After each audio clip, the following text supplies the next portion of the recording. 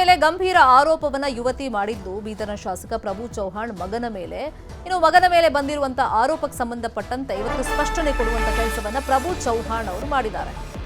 ಯುವತಿ ಮೇಲೆ ಶಾಸಕರ ಮಗನಿಂದಲೇ ಆರೋಪಗಳನ್ನ ಮಾಡಲಾಗ್ತಿದೆ. ಯುವತಿ ಫಸ್ಟ್ ಆರೋಪ ಮಾಡಿದ್ದು, ಮಹಿಳಾ ಆಯೋಗಕ್ಕೂ ಕಂಪ್ಲೇಂಟ್ ಕೊಟ್ಟಿದ್ದು, ಇವತ್ತು ಪೊಲೀಸರಿಗೂ ಕೂಡ ಕಂಪ್ಲೇಂಟ್ ಅನ್ನ ಆಕೆ ಕೊಟ್ಟಿದ್ದಾಳೆ. ಆಕೆ ಮಾಡಿರುವಂತ ಆರೋಪ ಶಾಸಕರ ಮಗನ ಜೊತೆ ಎಂಗೇಜ್ಮೆಂಟ್ ಆಗಿತ್ತು, ಮದುವೆ ದಿನಾಂಕವನ್ನ ಫಿಕ್ಸ್ ಮಾಡ್ತಿರ್ಲಿಲ್ಲ, ಕೇಳಕ್ ಹೋದ್ರೆ ಈಗ ಮದುವೆಯನ್ನ ಮುರಿದು ಬಿಟ್ಟಿದ್ದಾರೆ ಅವರು ಅಂತ ಹೇಳಿ. ಆಮೇಲೆ ತನ್ನ ಮೇಲೆ ಲೈಂಗಿಕವಾಗಿ ಆತ ಬಳಸ್ಕೊಂಡಿದ್ದಾನೆ ಅಂತಲೂ ಆರೋಪವನ್ನ ಆಕೆ ಮಾಡಿದ್ಲು.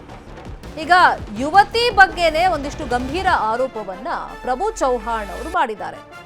ಅಂದ್ರೆ ಯುವತಿಗೆ ಬೇರೆಯವ್ರ ಫೋನ್ ಬರ್ತಾ ಇದೆ, ಆಕೆ ಬೇರೆಯವ್ರ ಜೊತೆ ಚಾಟಿಂಗ್ ಮಾಡ್ತಾ ಇದ್ಲಂತೆ. ಯುವತಿ ಬಗ್ಗೆ ನನ್ನ ಮಗ ನನಗೆ ಹೇಳಿದ್ದಾನೆ, ನಾನು ಯುವತಿ ಪೋಷಕರ ಜೊತೆ ಮಾತಾಡಿದ್ದೆ, ಇನ್ನು ಮುಂದಾದ್ರೂ ನಿಮ್ಮ ಹುಡುಗಿಗೆ ಹೇಳಿ ಸರಿಯಾಗಿರುವಂತೆ ಅಂತ ಹೇಳಿದ್ದೆ. ಆದ್ರೂ ಆಕೆ ಚಾಟಿಂಗ್ ಮಾಡೋದನ್ನ ನಿಲ್ಲಿಸಲಿಲ್ಲ, ಕಂಟಿನ್ಯೂ ಮಾಡಿದ್ಲು. ಹುಡುಗಿ ಕಡೆಯವರು ಮಹಿಳಾ ಆಯೋಗಕ್ಕೆ ಹೋಗಿದ್ದಾರೆ, ಅವ್ರಿಗಿಂತ ಮುಂಚೆ ಈ ಕೆಲಸ ನಾವೇ ಮಾಡಬೇಕಾಗಿತ್ತು ಅಂತ ಹೇಳಿ ಮದುವೆ ಮುರಿದು ಬಿದ್ದ ವಿಚಾರಕ್ಕೆ ಶಾಸಕರು ರಿಯಾಕ್ಷನ್ ಕೊಟ್ಟಿದ್ದಾರೆ.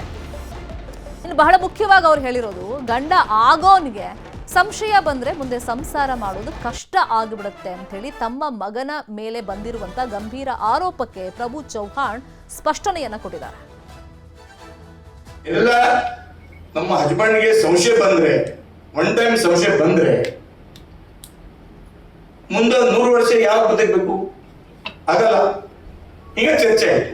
ಆಮೇಲೆ ಒಂದು ಯಾರಿಲ್ಲ, ಬಹಳ ಚಾಟಿಂಗು, ಭಾಳ ವಿಡಿಯೋ, ಭಾಳ ಬೇರೆ ಬೇರೆ. ಅದಕ್ಕಾಗಿ ಎಲ್ಲ ತೀರ್ಮಾನ ಮಾಡಿದ್ರು, ಈಗ ಒಂದು ಈ ಆಗಲ್ಲ ಬೀಳಲ್ಲ, ಎಲ್ಲಿ ಪೂರ್ಣ ಮಾಡೋಣ, ಸ್ಟಾಪ್ ಮಾಡೋಣ.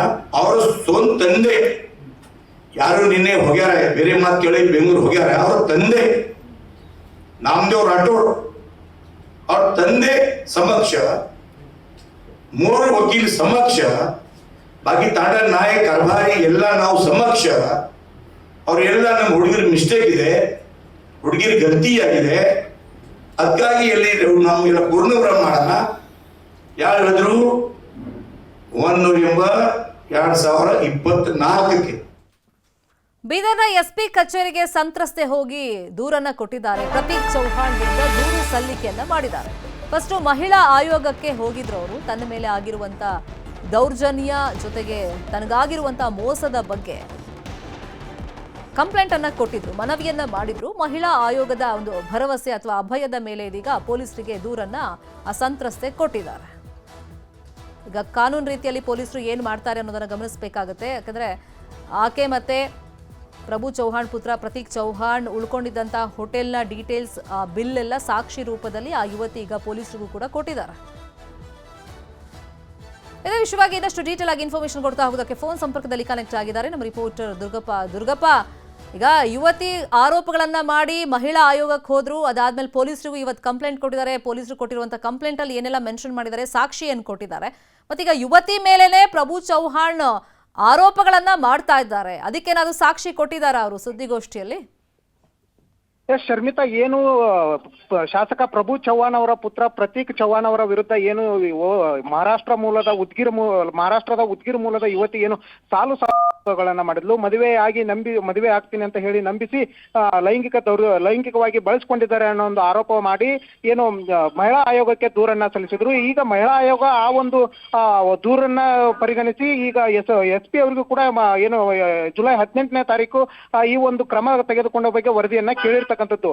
ಇದೆಲ್ಲ ಬೆಳವಣಿಗೆಗಳ ಮತ್ತೆ ಇವತ್ತು ಏನು ಬೀದರ್ SP ಆಗಿರ್ತಕ್ಕಂಥ ಪ್ರದೀಪ್ ಕುಂಟೆ ಅವರ ಕಚೇರಿಗೆ ಕೂಡ ಆಗಮಿಸಿ ದೂರು ಕೂಡ ಕೊಡ್ಲಿಕ್ಕೆ ಈಗಾಗಲೇ ಮುಂದಾಗಿರ್ತಕ್ಕಂಥದ್ದು. ಮತ್ತೆ ಏನು ಯುವತಿಯ ಜೊತೆ SP ಅವರು ಕೂಡ ಸುದೀರ್ಘವಾಗಿ ಚರ್ಚೆಯನ್ನ ಮಾಡಿರ್ತಕ್ಕಂಥದ್ದು. ಇದರ ಬೆನ್ನಲ್ಲೇ ಏನು ಇವತ್ತು ಪ್ರಭು ಚೌಹಾಣ್ ಅವರು ಕೂಡ ಗೋಷ್ಠಿಯನ್ನ ನಡೆಸಿ ಯುವತಿಯ ವಿರುದ್ಧವೇ ಇವತ್ತು ಏನು ಪ್ರತ್ಯಾರೋಪವನ್ನ ಮಾಡಿರ್ತಕ್ಕಂಥದ್ದು. ಏನು ಯುವತಿಯ ಮಾಡಿರ್ತಕ್ಕಂಥ ಏನು ಆರೋಪಗಳಿದೆ, ಆ ಆರೋಪಗಳು ಎಲ್ಲವೂ ಸತ್ಯಕ್ಕೆ ದೂರವಾಗಿರ್ತಕ್ಕಂಥದ್ದು. ಇದು ರಾಜಕೀಯ ಪ್ರೇರಿತ ಆರೋಪಗಳು, ಇದರ ಹಿಂದೆ ಬೇರೆಯವರ ಕೈವಾಡ ಇದೆ ಅನ್ನೋ ಒಂದು ಸುದೀರ್ಘವಾದಂತ ಒಂದು ಸುದ್ದಿಗೋಷ್ಠಿಯನ್ನ ನಡೆಸುವ ಮೂಲಕ ಯುವತಿಯ ಒಂದು ವಿರುದ್ಧನೇ ಆರೋಪವನ್ನ ಮಾಡಿರ್ತಕ್ಕಂಥದ್ದು.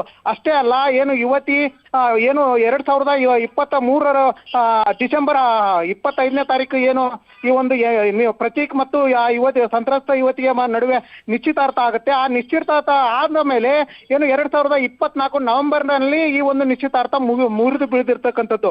ಮುರಿದು ಬಿದ್ದಿದ್ದಕ್ಕೆ ಕಾರಣ ಏನಂತ ಹೇಳಿ ಕಾರಣವನ್ನ ಪ್ರಭು ಚವ್ಹಾಣ್ ಅವರು ತಿಳಿಸಿರ್ತಕ್ಕಂಥದ್ದು ಏನಂದ್ರೆ, ಯುವತಿ ಬೇರೆಯವರೊಂದಿಗೆ ಚಾಟಿಂಗ್ ಮಾಡ್ತಾ ಇದ್ಲು, ಮತ್ತೆ ವಿಡಿಯೋ ಕಾಲ್ ಅನ್ನ ಮಾಡ್ತಾ ಇದ್ಲು. ಇದು ನನ್ನ ಮಗ ಅಂದ್ರೆ ಪ್ರತೀಕನಿಗೆ ಗೊತ್ತಾಗಿತ್ತು. ಆ ಸಂದರ್ಭದಲ್ಲಿ ಇಬ್ಬರು ಕೂಡ ವೈಮನಸ್ಸುಗಳಾಗಿರೋದ್ರಿಂದ ನನ್ನ ಮಗನನ್ನ ಏನು ಪ್ರತೀಕನನ್ನ ಕರೆದು ನಾನು ವಿಚಾರಿಸಿದ್ದೆ ಈ ಸಂಬಂಧಪಟ್ಟಂತೆ. ಈ ಸಂದರ್ಭದಲ್ಲಿ ಪ್ರತೀಕ್ ನನ್ನ ಜೊತೆ ನನಗೆ ಈ ಒಂದು ಚಾಟಿಂಗ್ ಮತ್ತು ವಿಡಿಯೋ ಕಾಲ್ ಮಾಡಿರ್ತಕ್ಕಂಥ ವಿಷಯಗಳನ್ನ ಹಂಚಿಕೊಂಡಿದ್ದ. ಅದಾದ ಮೇಲೆ ನಾನು ಸಂತ್ರಸ್ತ ಏನು ಈಗ ಯುವತಿ ಇದ್ದಾಳೆ, ಆ ಒಂದು ಯುವತಿಯ ಕುಟುಂಬಸ್ಥರಿಗೂ ಹೆತ್ತವರಿಗೂ ಕೂಡ ನಾನು ಗಮನಕ್ಕೆ ತಂದಿದ್ದೆ. ನೋಡಿ, ಮುಂದೆ ಆದ್ರೂ ಕೂಡ ಸರಿಪಡಿಸ್ಕೊಳ್ಳಕ್ಕೆ ಹೇಳಿ ಅನ್ನೋ ಒಂದು ಮಾತನ್ನ ಹೇಳಿದ್ದೆ. ಆ ಸಂದರ್ಭದಲ್ಲಿ ಯುವತಿಯ ತಂದೆ ತಾಯಿಗೂ ಕೂಡ ಭರವಸೆ ನೀಡಿದ್ದು, ಆಯ್ತು ಇನ್ ಮುಂದೆ ಈ ರೀತಿ ಆಗದೆ ಇರೋದು ನೋಡ್ಕೊಳ್ತೀವಿ ಅಂತ ಒಂದು ಮಾತನ್ನ ಹೇಳಿದ್ರಂತೆ. ಅದಾದ್ರೂ ಕೂಡ ಯುವತಿ ಮತ್ತೆ ಚಾಟಿಂಗ್ ಅನ್ನ ಮುಂದುವರಿಸಿದ್ಲು ಅನ್ನೋ ಒಂದು ಮಾತನ್ನ ಆರೋಪವನ್ನ ಈಗ ಪ್ರಭು ಚವ್ಹಾಣ್ ಅವರು ಮಾಡ್ತಿರ್ತಕ್ಕಂಥದ್ದು. ಅಷ್ಟೇ ಅಲ್ಲ, ಈ ಏನು ಚಾಟಿಂಗ್ ಆಗಿರ್ಬೋದು ಮತ್ತೆ ವಿಡಿಯೋ ಕಾಲ್ಗೆ ಸಂಬಂಧಪಟ್ಟಂತೆ ದಾಖಲೆಗಳನ್ನು ಕೂಡ ಈಗ ಪ್ರಭು ಚವ್ಹಾಣ್ ಅವರು ಸುದ್ದಿಗೋಷ್ಠಿಯಲ್ಲಿ ಬಿಡುಗಡೆ ಮಾಡಿರ್ತಕ್ಕಂಥದ್ದು. ಫೋಟೋ ಸಮೇತ ಆ ಒಂದು ಸುದ್ದಿಗೋಷ್ಠಿಯಲ್ಲಿ ತೋರಿಸಿರ್ತಕ್ಕಂಥದ್ದು. ಅಂದ್ರೆ ಯುವತಿ ಯಾರ ಜೊತೆ ಚಾಟಿಂಗ್ ಮಾಡ್ತಿದ್ಲು ಅನ್ನೋದನ್ನ.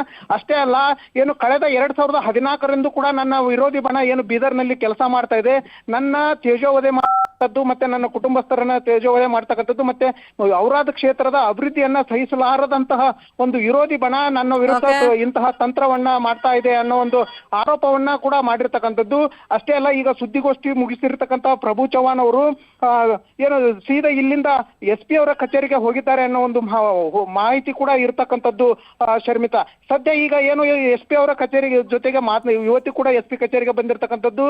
ಒಂದ್ ಕಡೆ ಪ್ರಭು ಚವ್ಹಾಣ್ ಅವರು ಕೂಡ ನಡೆಸಿ ಮತ್ತೆ SP ಅವರ ಜೊತೆಗೆ ಚರ್ಚೆ ಮೀಟ್ ಆಗ್ಲಿಕ್ಕೆ ಇವತ್ತು ಹೋಗ್ತಾ ಇರ್ತಕ್ಕಂಥದ್ದು.